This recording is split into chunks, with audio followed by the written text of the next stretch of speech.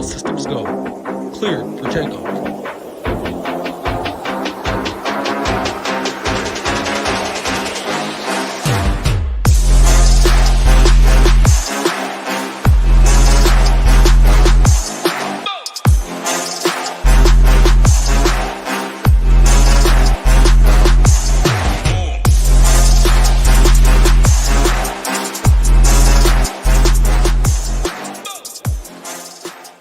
What is going on, YouTube? We're back. Hamwich and Nades, the Ham and Nades special here for this Sunday edition of the Sunday Night Football Breakdown. We got $300,000 up top. Got a lot of injuries, and man, we got a massive spread here. Buffalo taking on these Giants without Danny Dimes, Danny Nichols, Danny Pennies, whatever you want to call them. Tyrod Taylor, double T, not triple T, not ToeTagginTambo. We got Tyrod Taylor on the slate. It's an interesting game here. Bills 15-point favorites at home, over under of 44. And man, defenses in prime time continue to be optimal. And this screams another situation where we have defenses that are going to come into it. We're going to break it all down for you. How much I'll bring you in. Happy Saturday, man. We're recording this little Saturday evening here. How's your college football been? How's everything going with you, man? Yeah, it's going great. It's a beautiful Saturday. You can see my shirt, Old Smoky. The Tennessee Vols got it done by the skin of their teeth against Texas A&M. It was brutal, take on Alabama. The Oregon game just finished up. That Oregon kicker, man, those kickers missed that field goal, sent it overtime. What a game that was. Nades and I are going to talk about this slate. It's an interesting slate. I don't think the Giants are going to have 5 offensive linemen, so it's just going to be interesting. Looking forward to diving in with Big Nades and giving you guys some winners. Yeah, again, hit that like button, hit that subscribe button if you are new here. And in the comments, we like to see your interaction, especially those people out there that say, can't imagine playing George Kittle in the captain spot, right? Dallas hasn't given up a TD all season long to the tight end. Well, George Kittle teabagged your face there and dropped 3 on you. DVP rankings mean something. It was the best spot to target Dallas there. And George Kittle definitely shoved it in their face there. I do know a little bit about NFL at the end of the day. All jokes aside, this show is brought to you by SHIPITNation.com. Head over to SHIPITNation.com. $19 gets you access to all of our premium content, including all the premium NFL stuff. NBA shortly right around the corner. NHL going on right now where myself is heading it up. And only other caveat here is there is no Discord. So no Discord access, but $19 gets you access behind the paywall, including the newly launched Ship It Nation Education 2.0 here for the NBA edition. Obviously, NFL promo. The NFL education has been up on the website, 4-hour course. Now we have a 2-hour course for NBA up there where Hoop, Title, and Tambo go through the entire process that you need with NBA. Obviously, NBA, very, very projection-driven. We believe we have the best projections in the industry. 3 live final seats, including an 8th-place finish for Tambo using these projections. Last season, myself, I took down the $100 single entry leaderboard series. That's a week-long series there for 6,000 stacks as a little bonus there. So we got great things coming. ShipItNation.com gets you access to everything you need. This is a Sunday Night Football breakdown. That's enough for the promo off the top. Let's talk through it. Again, like I said, Buffalo sitting right around a 30 implied team total. Giants sitting right around 15.5. 15-point spread for Buffalo here at home, 44 over under. This game screams pretty ugly. Any slate we have the Bills on it, you got to look at Josh Allen in the captain spot. But question is here tonight, do you play him in a 15-point favorite game? Is he going to be really out there, or are they going to lean on the run where obviously you can attack the Giants quite a bit through the run this far through the season? Josh Allen, 19-2 up at the top. Then you got Stephon Diggs at 18-3. Got my boy James Cook sitting sub 14K up at the captain spot. Obviously, Saquon Barkley still questionable. Darren Waller's questionable. A lot of offensive linemen are questionable as well. Dalton Kincaid's questionable. Dawson Knox are questionable. Gary Brightwell's questionable for the Giants. So lots of questionable takes. Definitely have to keep an eye on that. The closer we get and the closer you have leading up to lock once those inactives gets released. Because Saquon Barkley is a big inactive piece. If he's out and Brightwell are both out, it's Breida's backfield in a pretty good matchup here as well when you're looking at Giants pieces to stack in this game. But Hamwich, I'll throw it over to you. Where are you going at the captain spot? Where are you looking?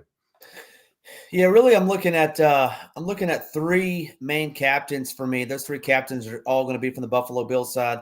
I mean, it's a 15-point spread, but they're implied to score 30. So, that leads you to believe they are going to score 4 touchdowns. Got to get them from somewhere. This is fantasy football that we're dealing with, and Tambo talks about all the time. Somebody's going to get fantasy points. I think it's going to be 3 guys from the Bills side: Josh Allen, Stephon Diggs, and James Cook, who I know you like a little bit. I'll let you touch on him. But let me talk a little bit about Stephon Diggs and why I like Stephon Diggs. 11 targets last week.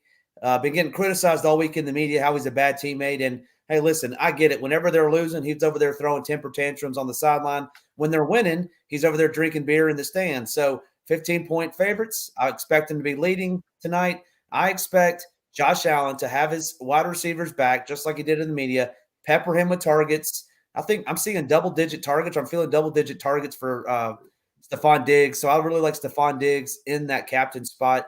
I like Josh Allen as well. We know he has running upside. He takes a rushing TD away from any of the running backs. Obviously they're not going to get it, and no one's going to catch that either. So that's why we can play the likes of Josh Allen in the captain. So 3 main captains for me: Allen, Diggs, and James Cook. And I'll let you touch on James Cook and any other captain that you like. Yeah, I love that. I'm actually going to be a little bit under on Josh Allen here in the captain spot. I just think he's going to be the highest owned captain by far. And I just think he's not going to have to be tasked to do a ton here, to be honest. I think Buffalo, I think Stephon Diggs in the captain spot, which I definitely have interest in, can outscore him. And I also think this is a James Cook 100-yard, 2 kind of touchdown game here. I think Josh Allen and the Bills are going to settle here, beat the snot out of New York here at home. So I'm actually a little bit under on Josh Allen in the captain spot, especially everyone in this game is going to look at the same thing. Huge favorite. Josh Allen's projection is off the charts. And I think they're just going to plug him in. He's projected to be 20 to 25% owned right now at the captain spot. I think he's a fine play. I think he's the cash captain as well for you. But I'm going to be way heavier on James Cook in the captain spot. He's my favorite captain of the night here. And then Stephon Diggs is my second favorite captain. Stephon Diggs, looking at our DVP rankings over at SHIPITNation.com, the way you tack the Giants here is through the running back, number 1, and then wide receivers is second. And Stephon Diggs has an elite matchup here. Continues to get smashed with targets. I mean, 7, 11, 12 targets in his last 3. I think he has an elite upside. We just saw what Tyreek Hill did to the same Giants team. Obviously, Tyreek Hill and Stephon Diggs are not the same caliber player, but you can argue DK Metcalf is up there. He had a pretty solid game. And then Deebo Samuel back in week 3 smashed this team as well. Marquise Brown in week 2 smashed this team. So every team's wide receiver number 1, you can argue, has smashed this squad, and look no further than Stephon Diggs to have a big game here. Not groundbreaking news by any means, but I would much rather just save a little bit of money there, save $900 and Stephon Diggs go up there, because one thing with the Bills, it has been pretty concentrated, right? Obviously Kincaid and Dawson Knox get a little bit of work there, but their wide receiver has been Stephon Diggs. So usually when it's concentrated like that, I like to put the pass catcher because it's a lot easier for them to outscore the quarterback when he's not spreading it around. So Stephon Diggs for me, second favorite captain. James Cook, my favorite captain.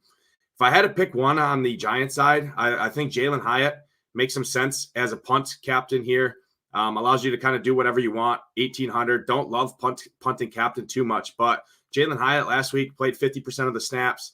He's definitely going to be more worked into the offense, in my opinion, especially this week and going forward. These Giants receivers has just been dusty all year. I mean, I expect him to kind of take over. He's very similar to Darius Slayton, only takes 1 home run play, and you could see him get there at the price point in a game where you have to assume they're going to be chucking the ball from behind. Obviously, Tyrod Taylor being under center does change things a little bit. We don't know what's going to happen, but couldn't be much worse than how Danny Dimes has been playing this year. So, well, I'll take my chances there. Don't hate that. And then one guy, especially if Saquon Barkley is out, actually looking at the DVP rankings, Buffalo has been getting gashed up by running backs. They're 26th in the league right now in opposing fantasy points against through this far through the season here, 5 weeks.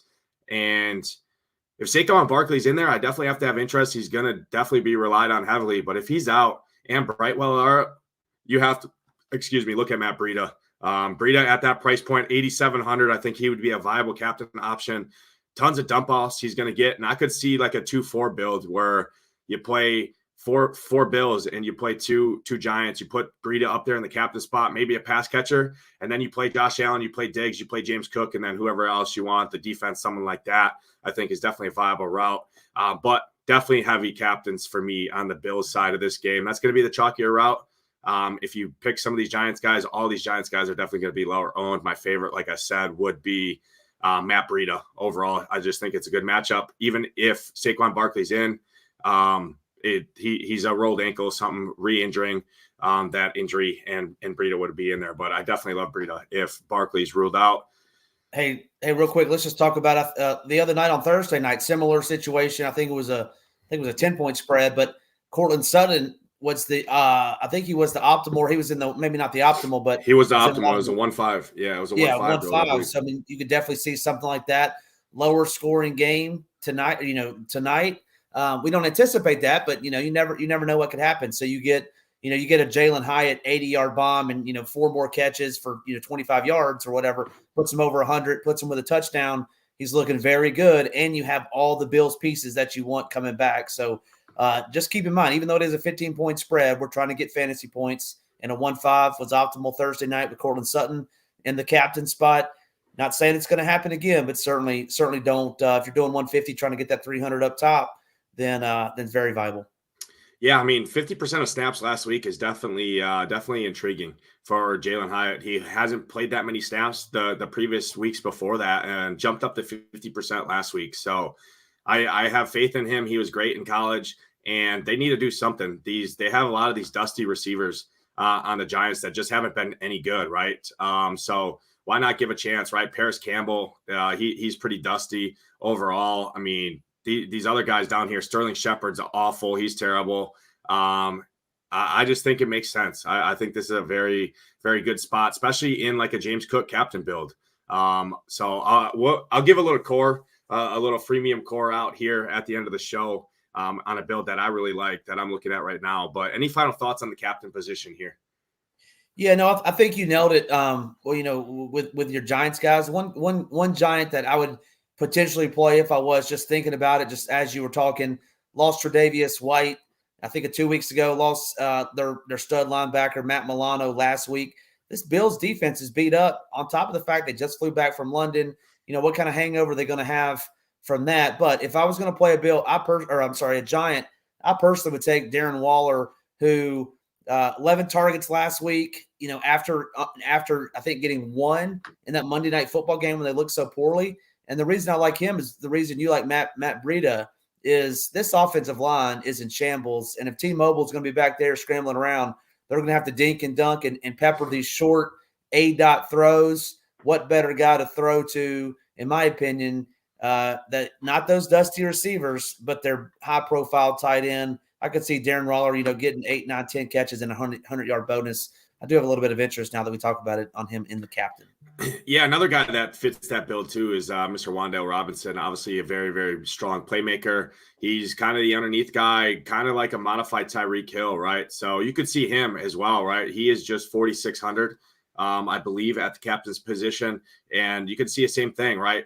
These cheap captains allow you to get those big dogs, the Diggs, the Josh Allens of the world that you want to play, and the James Cook. I mean, Buffalo's defense, which people are going to want to play. Again, primetime defenses have been the tight ends of last season.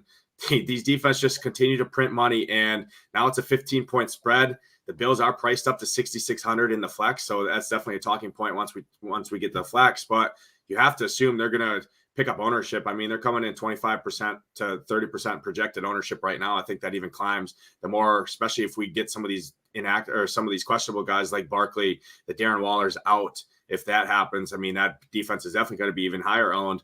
So the guys you want to pay for Buffalo are expensive, and doesn't take much for a Wan'Dale Robinson, right? And under a quick slant takes to the house. He's got a ton of speed, or a Jalen Hyatt 80-yard bomb, right? As your one guy for the Giants. I like them more in the flex, but I could see them up in the captain's position just because of what they do for the rest of the roster. But I'll go ahead and real quick rank my top 3 captains. I'm going James Cook, number 1, Stephon Diggs, number 2, and then I'm leaning on Saquon Barkley sitting. If he does not sit and he plays, I like him, number 3. If he sits, I'm putting Matt Breida as number 3. Where are you going? Yeah, number 1 for me, Stephon Diggs. Number 2 for me would be Josh Allen. Number 3 for me is going to be James Cook. And then I'm going to throw in my 4th one. I just alluded to it. Darren Waller would be my one giant that I have interest in the captain slot. Excellent. Let's jump in and talk some of these flex plays. Again, like I said, Bills defense priced up above Isaiah Hodgins, Matt Breida, Slayton, almost $2,000 more than Tyler Bass. Graham Gano is $4,400 at the kicker position there. We know the leg that he's got. And hey, maybe the Giants do move the ball a little bit, kind of stall out in the red zone with Tyrod Taylor, takes a sack, kind of scrambles around, whatever, loses some yards. You can see them kicking some field goals here. So I like Graham Gano a little bit here. Giants defense just down at 3,400. And you can always, it doesn't take much. We've seen Josh Allen make mistakes, especially in prime time, right?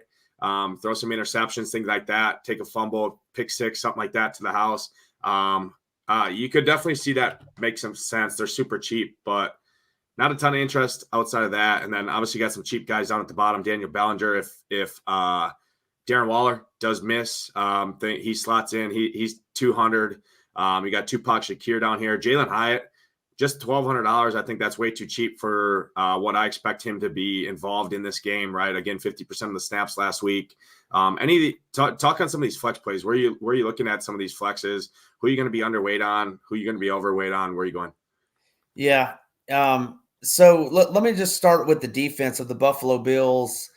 Nades, I just can't pay $6,600 for a defense, especially a defense that's beat up, like I said a minute ago, missing 2 of their premier players. I feel like I hear about it every time, SHIPIT Nation does a show. When the defenses get this high, it's tough to play. And I get your point. Defenses have been optimal the last, a couple times this year. We've had 20 showdown slates. So at $6,600, I just can't do it, even in the disarray that the Giants offensive line is in. But, the 4 captains that I alluded to, I'm going to try to get in a lot of them as I can. I don't mind T-Mobile, Tyrod Taylor at 9,400. Has rushing upside. I don't know if anybody watched that Dolphins game last week when he came in, but man, oh man, he was running for his life. So that kind of scares me, but 9,400 I think is okay on him. Gabe Davis is going to be a talking point, $7,800. How do you feel about Gabe Davis? He's generally a deep threat, and I just don't think they're going to need him. So I'll be underweight on Gabe Davis. I do like the kickers. I'm going to make a rule when I'm building teams, Nades. I don't think I want any more than 2 giants. No more than 2 giants for me. And I don't mind having a giant captain, but I think I'm going to have either 1 giant or 2 giants when I do my builds. One name that I do want to touch on, and then I can kick, or 2 names I want to touch on. I'll kick it back over to you. Latavius Murray. I don't mind Latavius Murray. He's been getting some carries here recently, 4, 5, 6, 7 carries.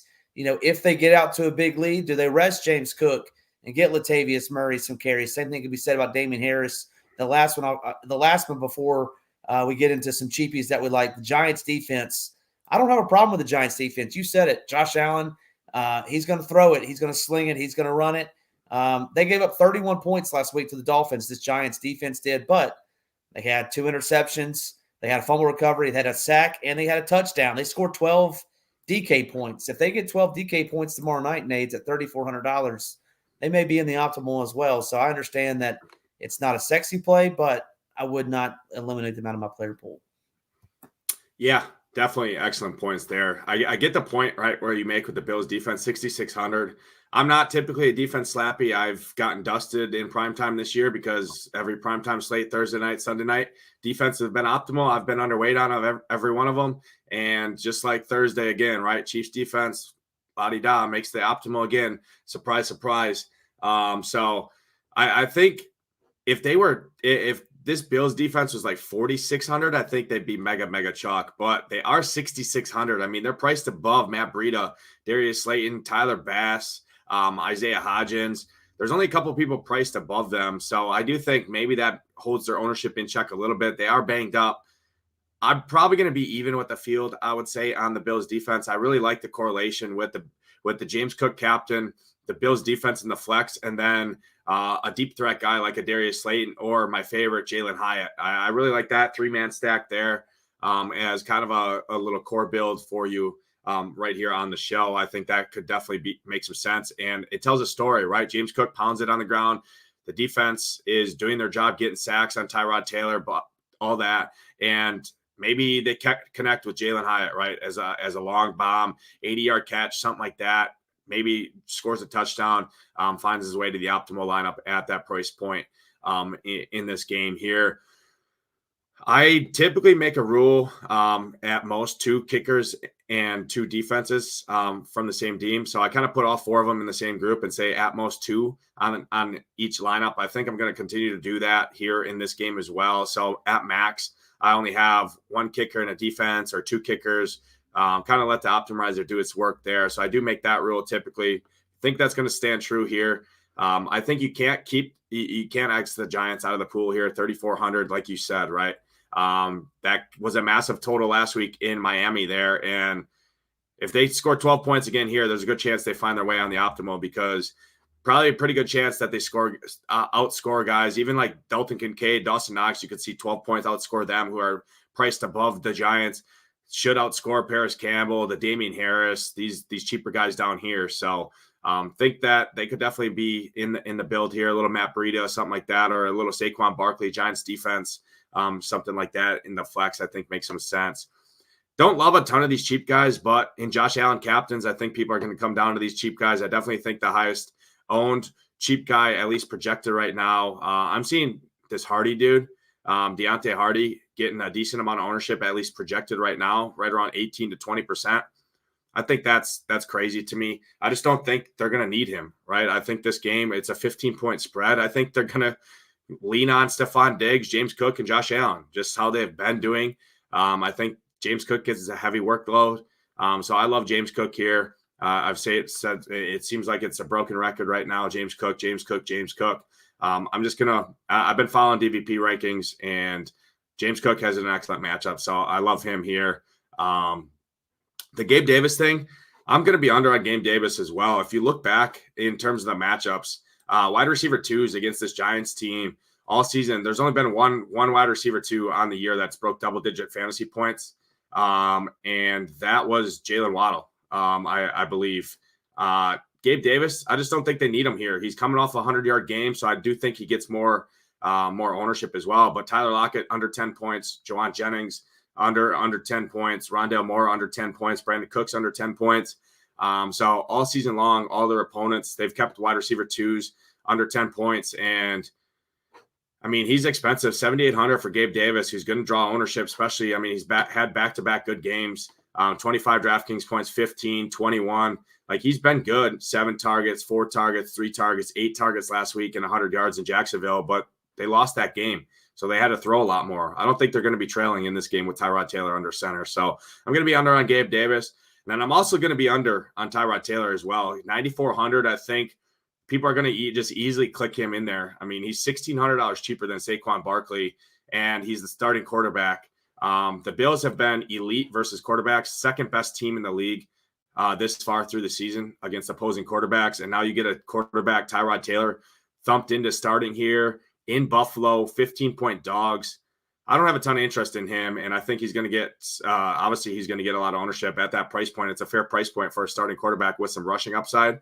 I wouldn't totally fade him, but I'm definitely going to be underweight on Tyrod Taylor. That's another stance that I'm taking in the flex. Any additional stances or any additional thoughts of the flex that you're looking at here, Hamwich?